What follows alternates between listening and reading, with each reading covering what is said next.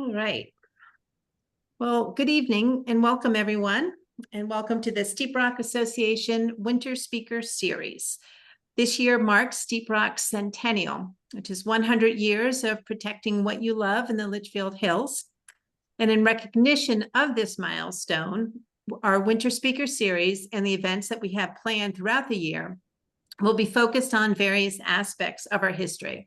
So thank you for celebrating with us tonight, and hopefully you'll be celebrating with us all through the year. My name is Denise Arturi, and I'm proud to work for Steep Rock Association.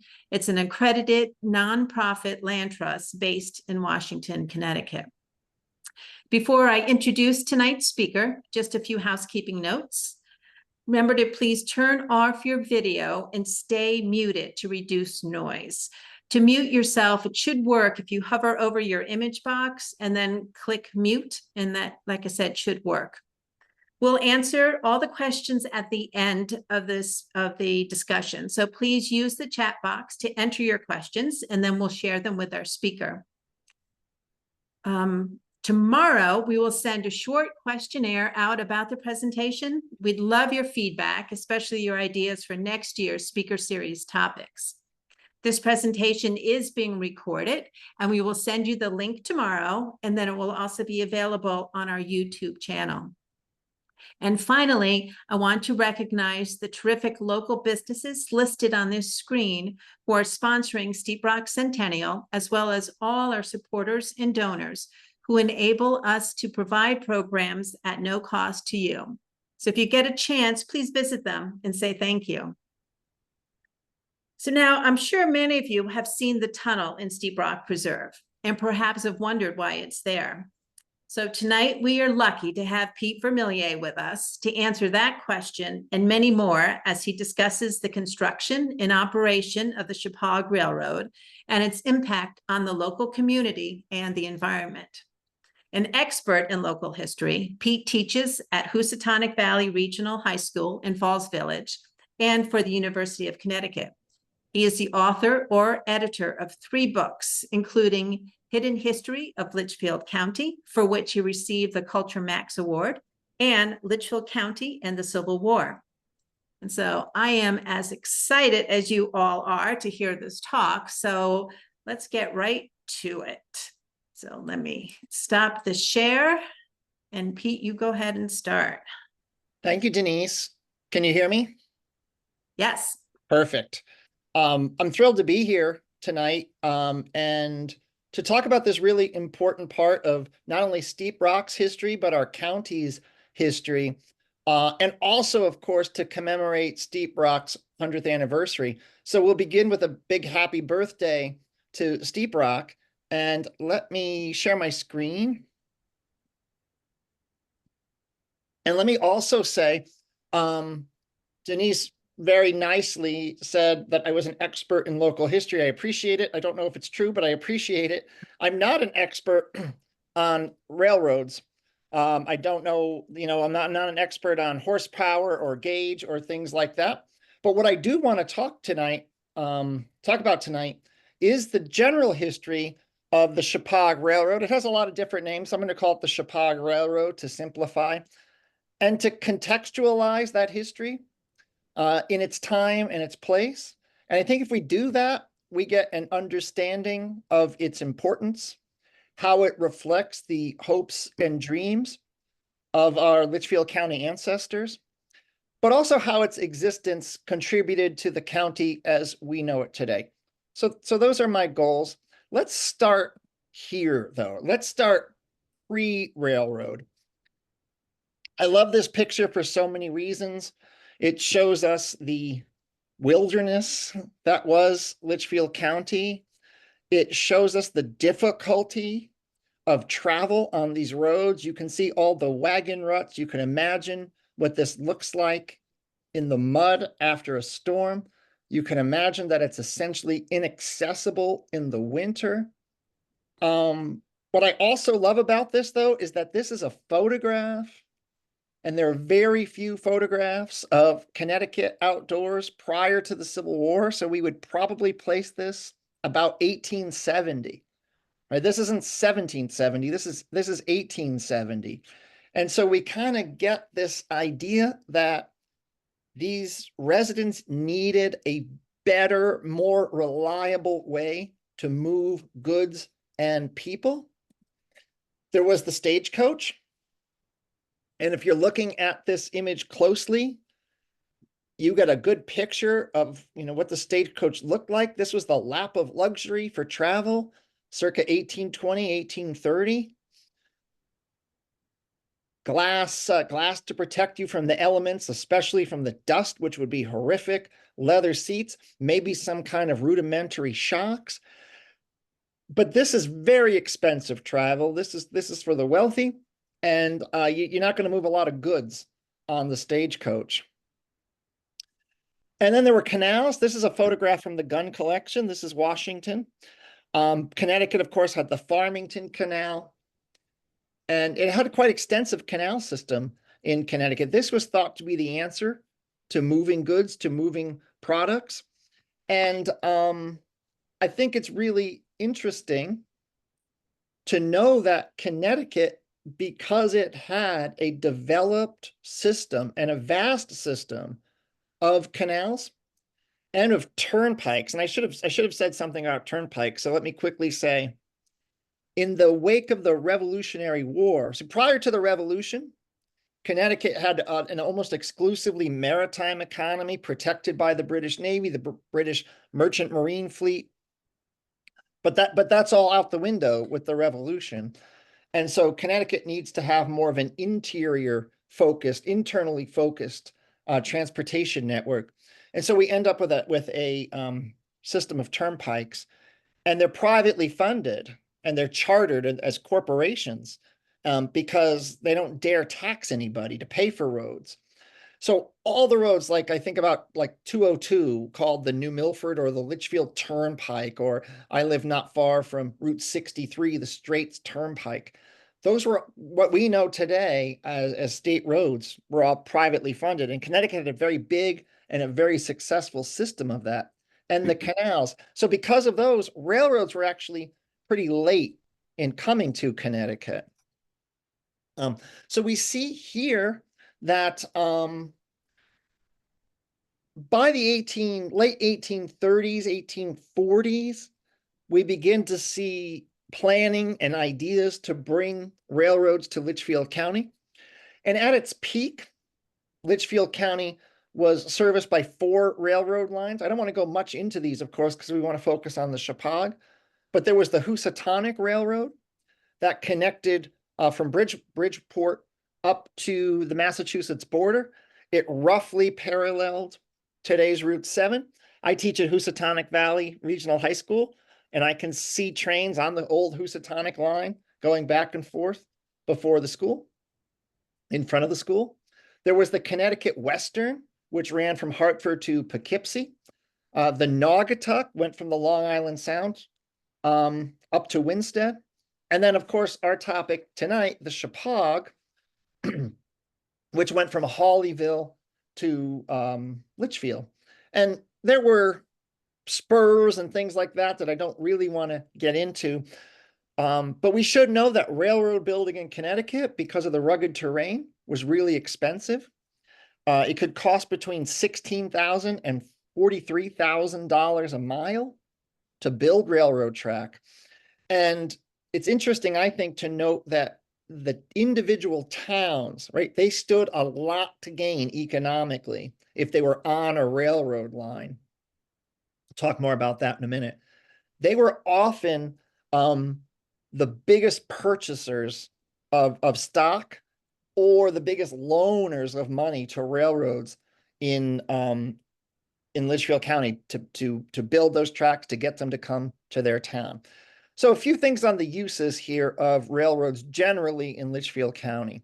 So the Housatonic Railroad, and we're looking here at its repair facility in Amesville, Salisbury Falls Village area. This was built primarily to move iron ore and iron ore products, as well as milk. So the Housatonic Railroad had cars equipped to hold specially designed 40-gallon cans of milk.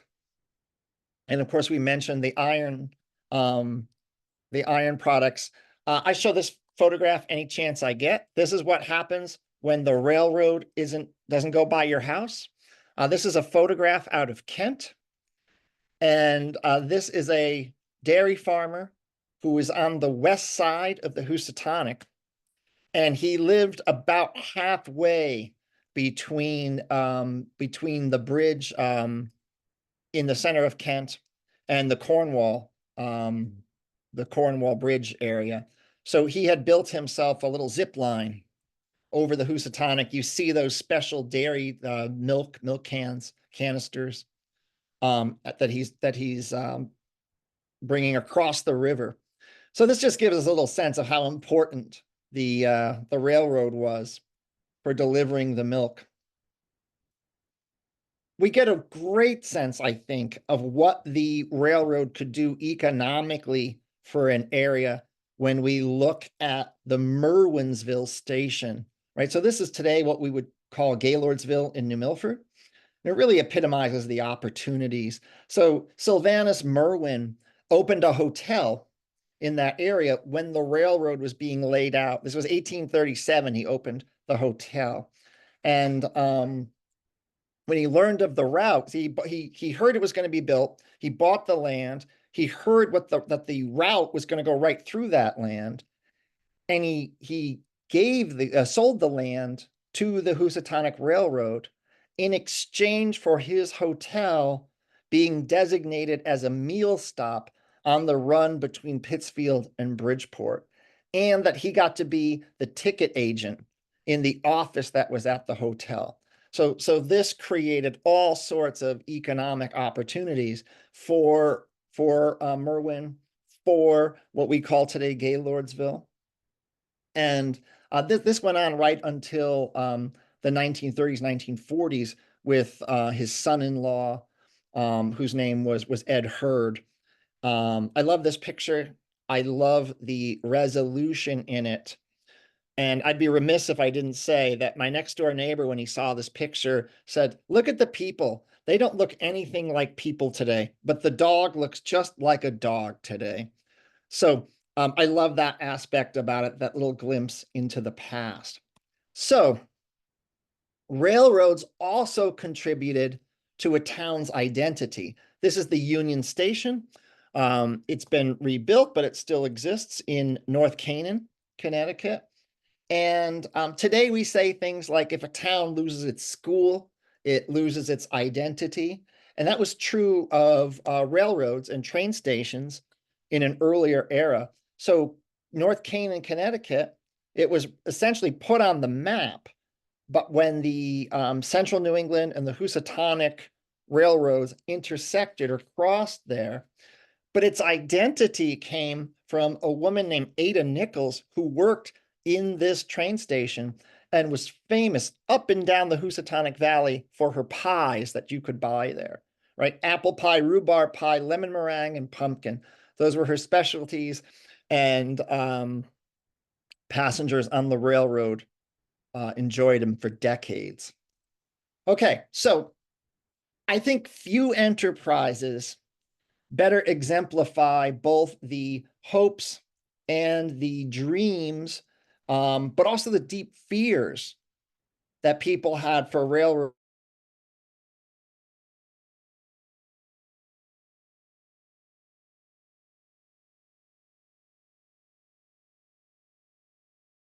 Southern Railroad, just to keep it simple, I'm going to call it the Shepaug Railroad.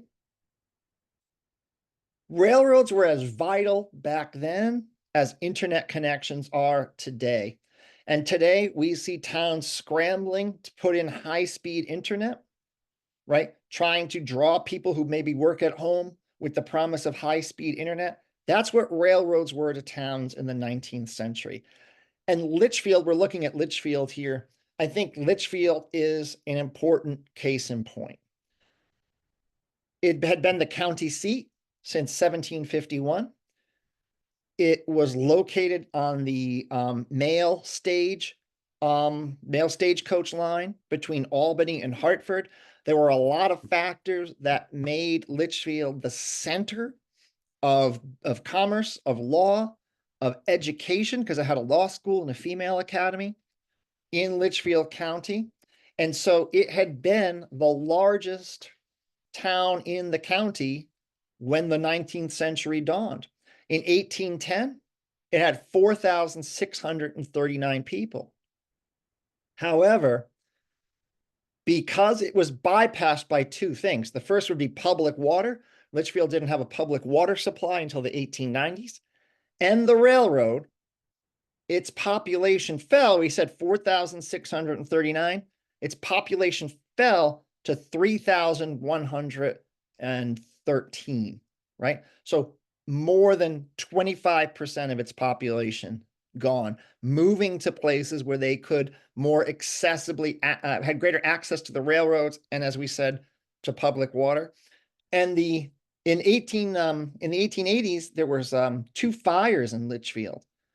And the state, after the fires, when the courthouse was destroyed, really wanted to move that courthouse out of Litchfield to either New Milford or to Winstead, because they were on railroad lines and they were much more accessible to the public.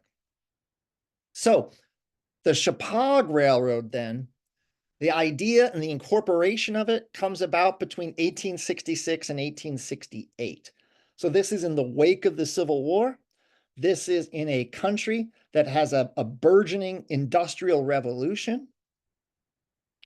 We shouldn't be surprised, given what we just said, that the first president of the Shepaug Railroad was this gentleman, J. Deming Perkins. He was the chair of the Litchfield Village Improvement Society. So this is the same guy who's overseeing the rehabilitation of the Litchfield Green, who's putting in the sidewalks, who's putting in the streetlights. Much of Litchfield as we know it today was crafted under the auspices of the Village Improvement Society. This is the president, and he's also the guy who's going to work to get a railroad to Litchfield.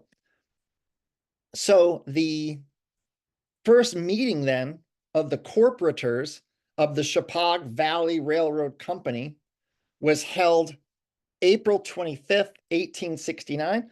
I find this to be fascinating. This is 15 days, 2 weeks and a day before the Golden Spike completing the Transcontinental Railroad was driven, right? So we're talking right at that exact same time. And so the corporators have their meeting and they vote to sell stock in their company. But then the state of Connecticut steps in and limits where the stock can be purchased. So initially, they said that stock could only be purchased by the towns and by people in the towns that the railroad would directly service. So it was very difficult. In some ways, it was more challenging to pay for the railroad than it was to build it. So it was, the route was laid out and it was approved in September 1870, and construction began in October of 1870, and it opened for business on January 1st, 1872.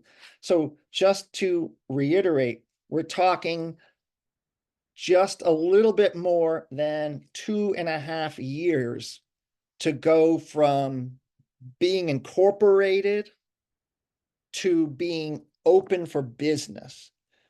And I think, how long would it take today to do that? I think it would take more than 2.5 years. That timeline makes the railroad construction sound easy, but not everybody, it certainly wasn't the case, and not everybody was as enthusiastic about the railroad coming into their backyards, coming into their town, as Perkins was. So Elaine White, who in 1920 wrote a really terrific, this is Elaine White from White Memorial Foundation. He wrote a really terrific history of Litchfield, and he described the process of building the Shepaug. And he said this: from start to finish, it was a fight. And in many cases, it was literally a fight. So Edwin McNeil, he was hired to be the chief engineer. of the railroad. And in doing the surveys, he was routinely confronted by farmers who were upset about the railroad's right to cross their property. And on at least one occasion, perhaps more, on at least one occasion, McNeil was threatened by a farmer with a shotgun. And the man said to McNeil that he was unafraid to use it. But McNeil had been a major in the Union Army during the Civil War. So he turned to his workers and said, "Come on, boys, I have smelled powder before," right? This is a veteran, a war veteran. He's not afraid of this guy with his shotgun. There was competition among the towns to build the railroad, right? So who could start it, who could get it built the fast, from which direction, that kind of stuff, this friendly competition. And a team started laying the rails here we're looking at in Hawleyville. But Perkins from Litchfield, he had railroad lines and the ties and the railroad track shipped up to East Litchfield on the Naugatuck line. And then they were put on wagons and pulled by oxen. This would be, the road wasn't there at the time, but today it would be Route 118, if you can picture that, up that hill, big hill, 6 miles or so to the Litchfield station. So they could start building from there to Hawleyville so that the Litchfield residents could claim some share of this accomplishment. Here's another one of these old photographs of just incredible, almost limitless resolution. And I'll put in a plug. The Library of Congress has these are glass plate negatives, and then they're big. I want to say they're bigger than 8x10s. Maybe they're 10x12s. But because the photographs were taken on such big glass plates, the resolution is off the charts. And you can zoom in on these. You go to the Library of Congress, you can zoom in. You can see the fingerprints on people. You can see flies on people. So the resolution is incredible. I urge you just to go to the Library of Congress website, fool around with it. But here we're looking at the railroad, and as the track was laid and as construction progressed, the trains would be used to carry construction crews from the ends of the track to the construction sites. And the rules for construction and the laws of the state were pretty lax, and local boys loved to climb aboard these construction trains for adventure. And over time, they got to know the engineers and the conductors and the brakemen and the firemen and the construction workers. And some lucky boys were allowed to actually man the throttle. There's accounts of that on these trains. Elaine White wrote of the construction workers and the train engineers, etc. "We adored them. They were as heroes and gods to us." So the total cost of construction, total cost of laying the track was about $1 million. That would be, roughly speaking, this is complicated stuff, about $25 million today, with the entire cost of it, the entire cost funded locally, and 75% of the cost coming from residents of Litchfield. So as we said, the state approved charter dictated which towns could buy the stock. And it took a special act of the Connecticut legislature to allow sort of one town removed from the track to buy stock. So specifically, the state of Connecticut passed a law allowing the town and residents of Warren to buy stock in the railroad. So to be able to secure that much money locally within a 3-year period was a major, major financial accomplishment. Okay, so when completed, the track stretched for about 38 miles. You'll find some varying accounts, but we're going to go with about 38 miles from Hawleyville to Litchfield. And we're looking at this Hidden Valley Preserve trail map. And about a third of the way down from the top in the center, you can see the trail indicated for the old railroad bed of the Shepaug. But this is giving us a sense of is one thing that the Shepaug was noted for was being very, very windy. So the rugged terrain, the rivers, the mountains, the hills resulted in, the estimates vary, between 150 and 200 curves over the course of the 38 miles, as many as 6 curves per mile. So it's only about 24 miles as the crow flies from Litchfield to Hawleyville, but the terrain made this a 38-mile journey with all those curves. So there are by some accounts, all of these curves made the Shepaug Railroad, I really don't know how they determined this, made the Shepaug Railroad the second windiest railroad in the United States after the Muir Woods Railroad in California. And if you've been to Muir Woods in the San Francisco area, you can believe that that would be very windy.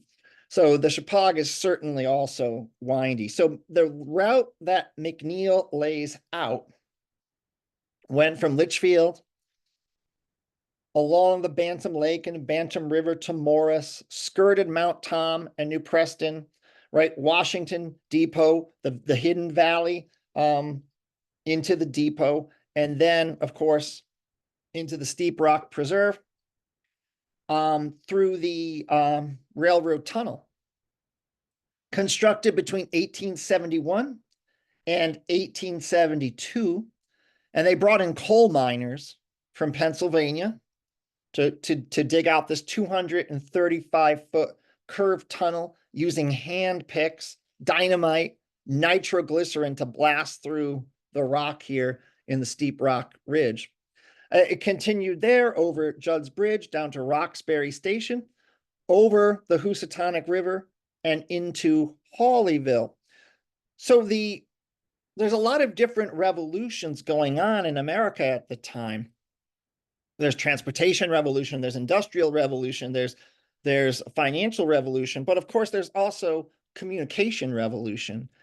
And they're not just laying railroad track, they're also laying telegraph lines along as the track goes to tie these areas together, both through the railroad lines, but also through the telegraph lines.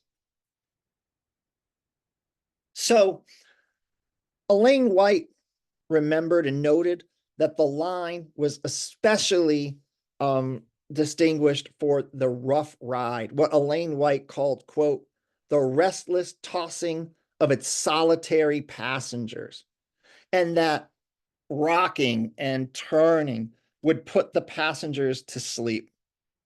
So when they reached Hawleyville, the Shepaug met the Housatonic, Danbury, and Norwalk railroads, as well as the New York and New England Railroad. So this would give access to New York City. There were three, I'm going to warn you, this is a really bad 19th century joke. There were 3 locomotives originally on the line. There was the Shepaug, the Warramog, and the Weantanog. Each of them weighed 30 tons. And one local wag said that with the names of the locomotives, that things augured well for the future. It's important to note, though, that while we know how the story ends, those people in 1872 were filled with optimism. And almost immediately, there were plans to expand the railroad. There were spur lines planned for Bethel. That one did get built. Bethlehem, into New Preston. And later there were plans, they hoped to extend the line to Torrington, perhaps to Winstead, perhaps to tie it into the Naugatuck Railroad. Most of that, of course, never happened. It was the Warramog, the locomotive Warramog, that first arrived in Litchfield in 1872. It did so with its whistles blaring and most of the town turning out to witness the historic arrival. So regular service began on January 11th, 1872. The morning run left Litchfield at 8:30. It arrived in Hawleyville at 11:30. So this is an average speed of about 20 miles per hour. So let's talk about some of the highlights of the Shepaug. Give me just 1 second.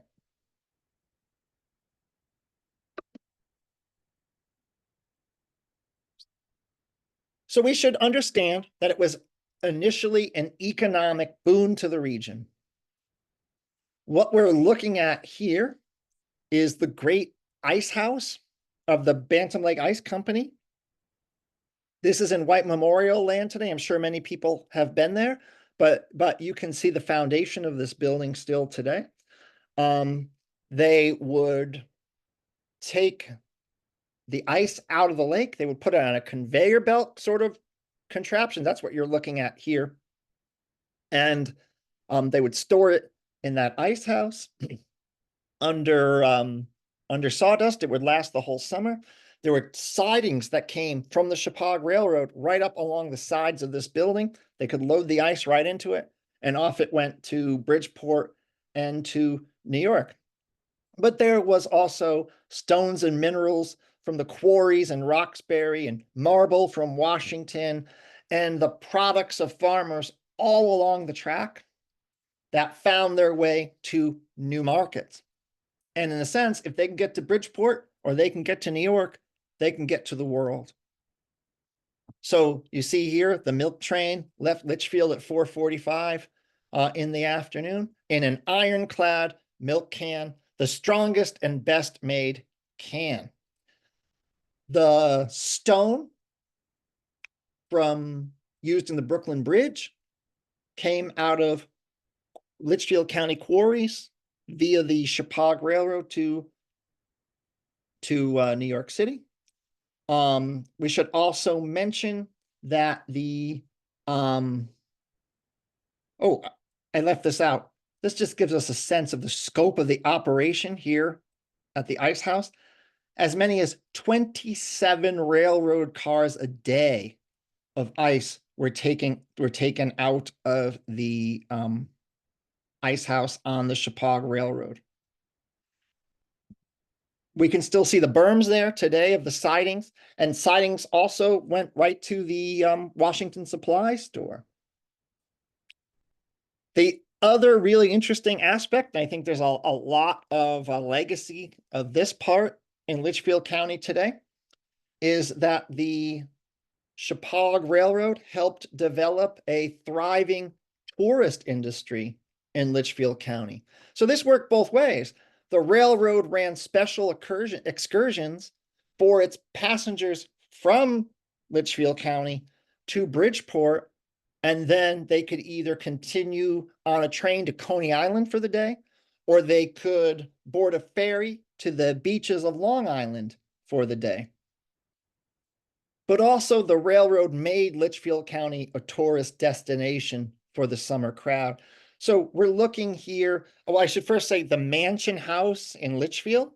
That would be where the At the Corner restaurant is today. That became a very popular destination. And so did the Holiday House in Washington. So we see the Holiday House on the left. We see the suspension bridge for the Valley Station leading to the Holiday House on the right. This is, of course, is Steep Rock Land today.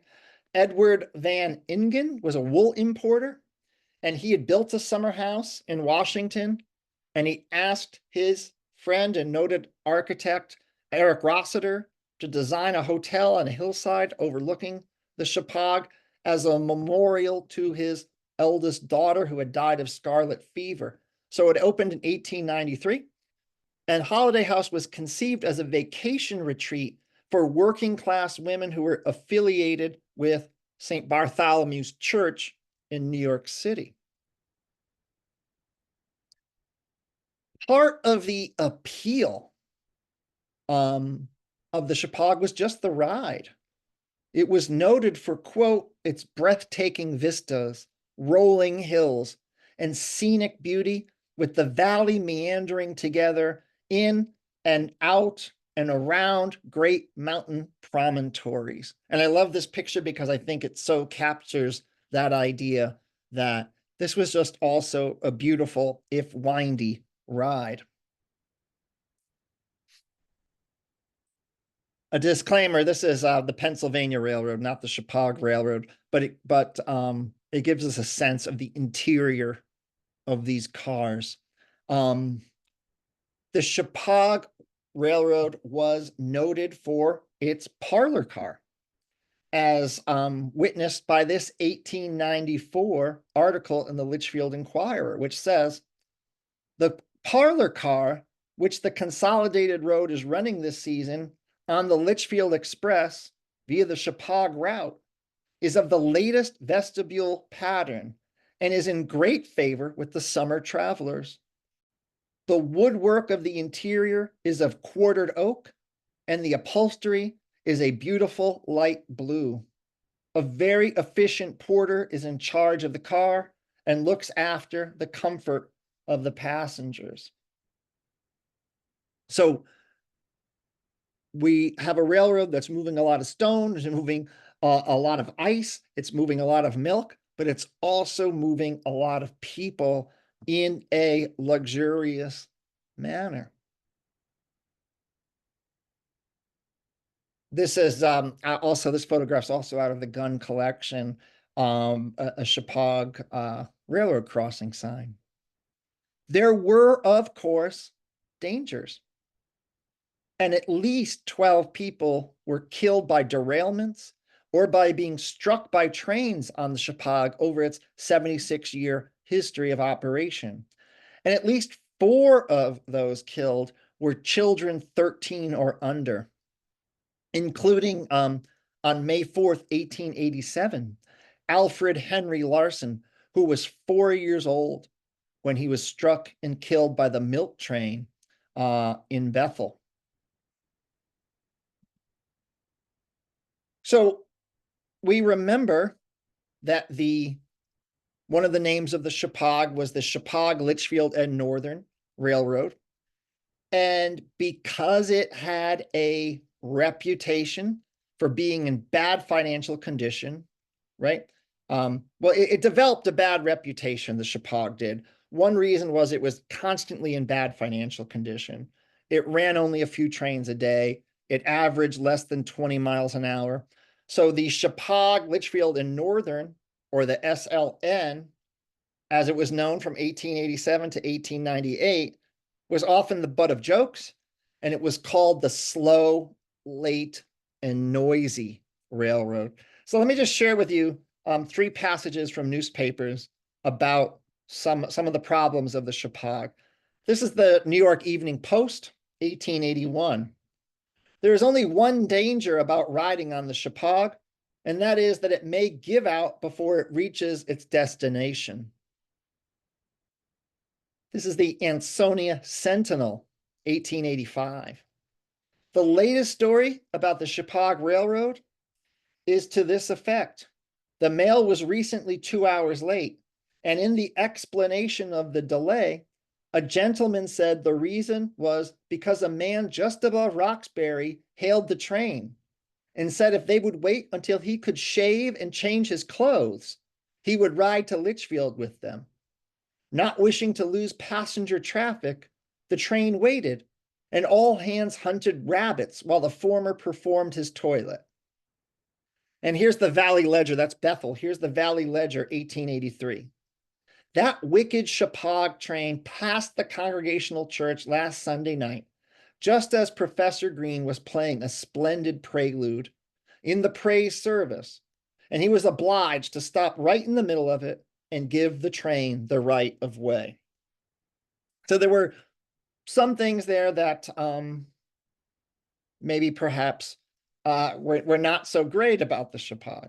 And while we're talking about being slow, we should mention that the Shepaug, because of its twists and turns, was susceptible to delays because of bad weather.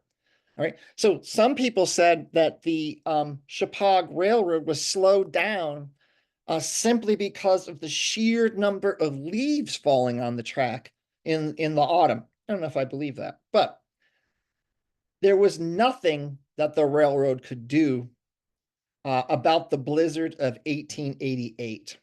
And that's what we're looking at here, right? The gritty little Shepaug. No one thought to inquire for or to telegraph about the Shepaug Railway, but the Shepaug is equal to the emergency. Work at shoveling out the road was commenced on Wednesday and has continued briskly since. Yesterday, another man with an almost new shovel was added to the force. I want to mention some of the cuts that they made for the Shepaug, right, through rock, were 45 feet deep. The cuts 45 feet deep. And there are reports in 1888 of those cuts being filled to the top with snowdrifts from that blizzard. So imagine we're trying to run a train through 45-foot high snowdrifts. Here's that picture I mentioned before about the railroad siding coming right up to Washington Supply. Also, just look at the resolution of this photograph.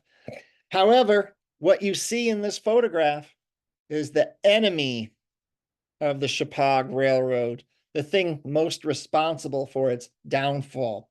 So the maintenance on this very crooked track of the Shepaug was extremely expensive, and it never serviced enough passengers to make it profitable. It changed hands 4 times in its history. But really, it's economic woes outside of the railroad's control that led to its demise. The Board and Creamery in Washington closed in 1928, about the same time that refrigerators put the Bantam Ice House, the Bantam Ice Company, out of business. But it's that automobile there. It's that automobile that really does in the Shepaug. Obviously, the technology and the pricing on the cars changed, made it much more user-friendly, much more accessible, and better roads came quickly to the county. So the Bethel Spur of the Shepaug, that closed in 1911. The whole line became freight only about 1920, and then it cut back to only twice weekly. The trains that brought goods right to Washington Supply, as you see here, and to other places in the county, were replaced by trucks. When the Shepaug opened in 1872, it employed 50 men, but by 1948, that's the year it closes for good, its workforce had been cut to only 14. So a lot of economic factors outside of the Shepaug's control, as well as some things about its design, are going to lead to its demise.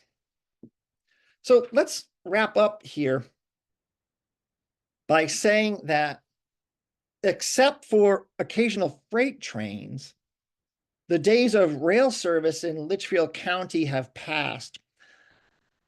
But an observant eye, and this is something that I'm really interested in, the observant eye will notice these vestiges of the way things used to be.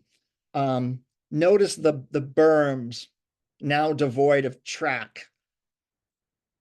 Particularly good examples can be seen on certain greenways. So what we're looking at here, this is on the Connecticut Western. This would be between Lakeville and Salisbury today. Today, a recreational trail.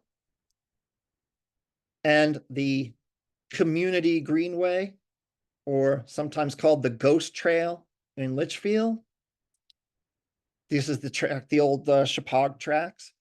And at the end of the line there, there's a caboose has recently been placed to commemorate the former station's history. And of course, at Steep Rock in Washington, where Eric Rossiter's vision to preserve the spectacular views grew to include stretches of the old Shepaug, including the tunnel. And we gather here tonight, of course, to celebrate Steep Rock's 100th anniversary. All of these sites offer us testimony and reminder of an earlier age when the region's industrial goods rode the rails to an outside world. But there are often attempts and often calls. We're looking at North Canaan, often attempts and often calls to restart rail operations in the county. But for now, the costs and the logistics and the time it would take to get anywhere on the rail system make this unlikely to happen. So let me say thank you to everybody for tuning in tonight. And again, a very happy 100th anniversary to Steep Rock, and a very special thank you for all the work that you do. So I'm going to stop my share.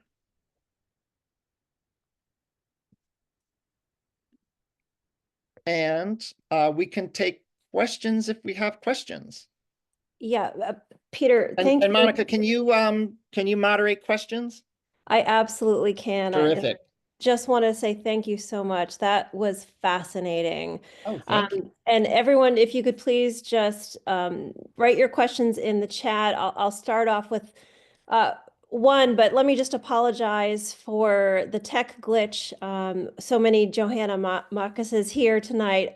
We just had a situation with the Zoom link that was sent out as the reminder. So apologies for that. Pete, the first question is there a map of the complete railroad line available? Do you have that? Can you put that up, or where can we get one? So the answer is yes, but it's not a great map. Right. So I had one there in my slideshow. And it shows in very rough terms. There's some really good websites detailing the history of the Shepaug Railroad. Most of them seem to be down on the southern end, and there's some websites devoted to sort of walking its trail. And you can find some maps there, but they're not complete. They're sort of sections. Would you be willing to share some of those resources with us that we can send out tomorrow? Absolutely. I'll put something together for you and you can send out. Absolutely. That would be fantastic. The next question is, were there commuters on the line? Yeah. There are commuters on the line. I don't think there's very many of them, but I think more so than commuters, what we see are and this of course is something that lasts to this day, where families came to Litchfield County in the summer, and the father / husband would use the railroad to commute for weekends. Right. So maybe the family, so the White family in Litchfield, right? They are the Elaine White Memorial family. They are moved out of New York City in the Civil War because of the draft riots, and they live in Litchfield. And when the railroad, opens, they use that to sort of weekend commute, not necessarily on a daily basis, but it leads to all these businesses. So this is not a Shepaug Railroad story. This is a Central New England, Connecticut Western Railroad story. But people would take the railroad to the Twin Lake station. This would be sort of or the Lakeville station, sort of where the Hotchkiss School is today. And there would be young boys, let's say teenage boys, with rowboats, and they would row the men coming to the weekend summer home on Friday nights, row them across the lake because that's where the homes were. and then on Sunday nights or Monday mornings, whatever, rove them back.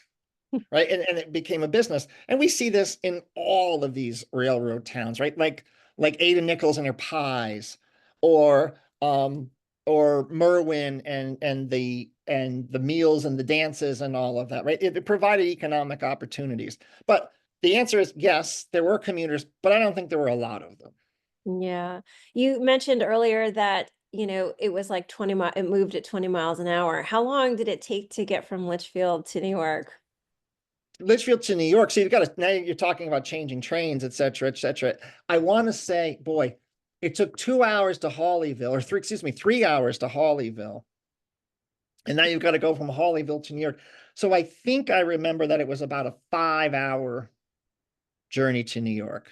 Wow. Must have been a beautiful one though. It for must sure. have been, at least for a stretch of it. And, I think about us all the time, right? Like how much we would like to use the railroad, how much we would like to today use mass transit railroad. And if you ever look at how long it takes to go from Waterbury to New York via train, it's hours and hours and hours. Yeah, no, There's been not a whole lot of progress made.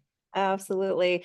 Let's see. So in general, like, could you just recap why it was built? Was it a quality of life? You mentioned I forget the Durkin or Derwin, I forget the gentleman's name in Litchfield. He was trying to enhance the community. And at the same time, there was commerce involved and the laying of the telegraph. Like, what was the reason it was built first and foremost? So I Or would was say it there's a all number three? of reasons. I think it's such an important question. There's a number of reasons.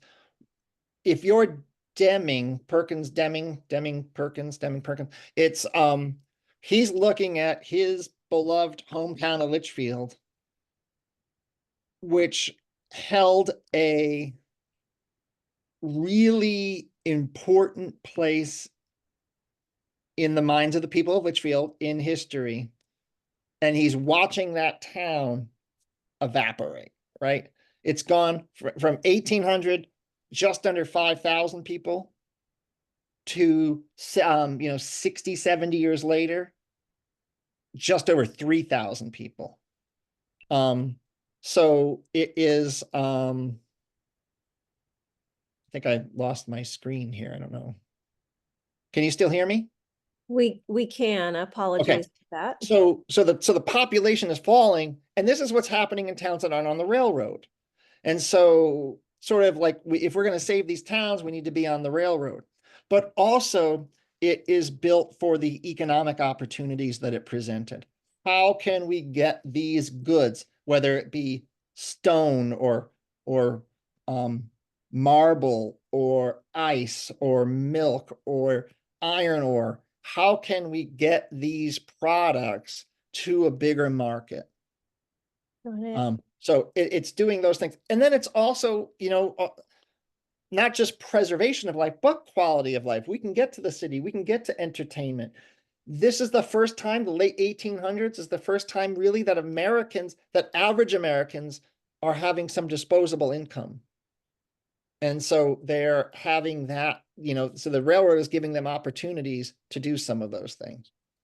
There are some comments from guests here. In the 1930s, my grandparents who owned the general store in Kent shared dinners with the New Yorkers who arrived Friday or Saturday nights. There's that economic opportunity. Absolutely. Perfect example. A question comes in, where can we view artifacts of the history that is preserved? Is there a public space or museum with all the history saved? So I don't want to say all the history saved, but certainly the gun has a lot of terrific Shepaug related artifacts. There are also some in the Litchfield Historical Society, tickets, stock certificates, things like that.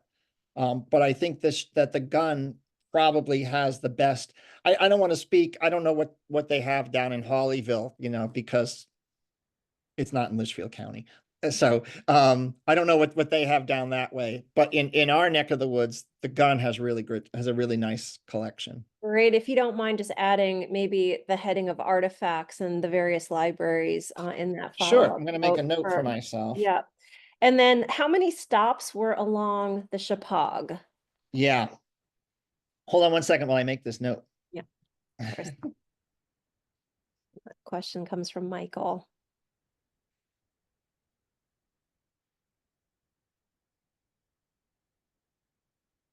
All right, let me go back in my notes here.